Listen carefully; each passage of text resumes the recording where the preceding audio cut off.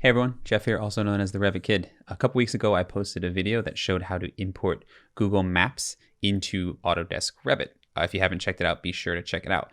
I mentioned in that video that I also have a workflow to bring the same Google Map 3D mesh into Twinmotion. And so today what I decided to do was show you. A couple people emailed and commented and wanted to know about that, so we're going to show you today. So if you have not watched the original video, I suggest you watch it. I'll put a link right here. At least watch the first 10 minutes. That'll get you to the point where we're going to be in recap photo right now. And then I'm just going to show you, it's extremely easy once you're in recap photo to get your Google Map into Twinmotion. However, there's some things that I learned along the way that I'm going to teach you right now as far as the exporting and importing process. So without further ado, let's jump in.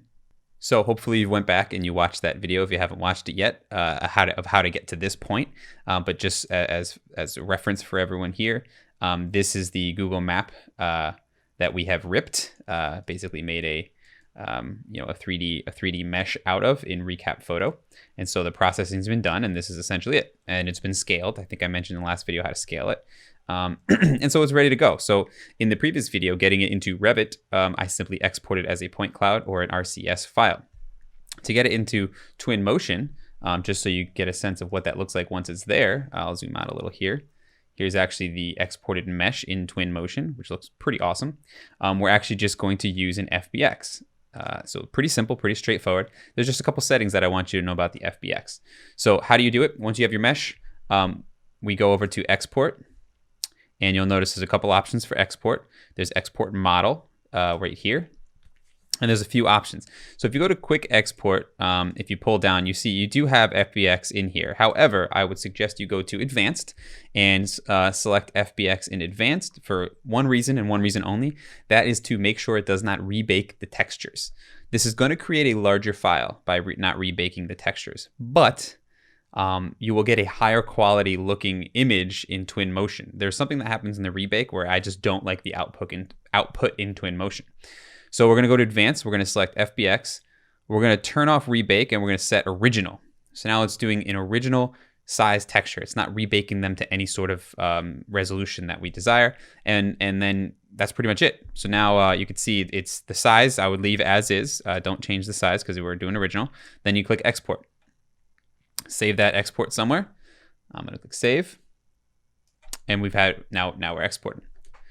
And so now that we're exported, we can jump back into Twinmotion and load in the FBX. And I'll show you exactly what it looks like and how that process unfolds. So if I jump over to Twinmotion, what I'm going to do is actually hide the scene that I have in here.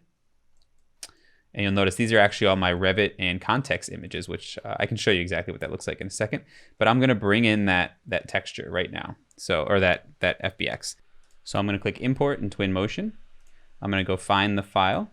I'm going to leave everything as is. If you want to mess with some material collapsing, you can. I wouldn't suggest it. For now, I just leave it as is. Click OK. I'm going to say apply, keep both because I already have this in there, so it might sort of mess with things. And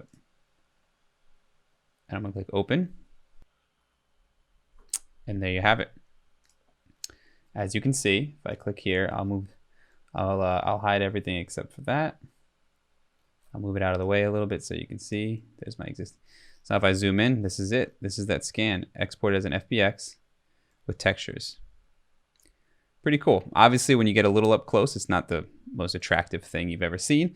But for site context, especially if you build your existing site or you're building itself within here, it actually looks pretty good. And just to show you an example of how this can work, if I jump over to my scene here, you can see the existing parking lot right here. That's actually a Revit site model with Twinmotion trees and cars. And if I flip through it, we've even got Twinmotion and Revit stuff happening. We have a construction fence. We have all kinds of stuff. And notice how the context around it, is being built by this Google Map rip, which is pretty cool.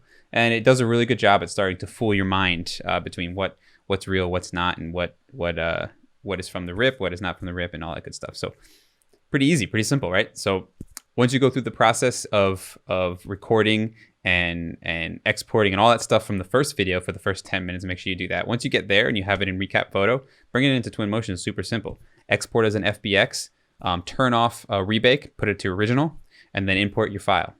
And you're good to go. And you got yourself a nice textured 3D mesh in Twinmotion. Super powerful, super cool. I hope you like the examples. Feel free to comment, subscribe to this channel, and I'll talk to you guys soon.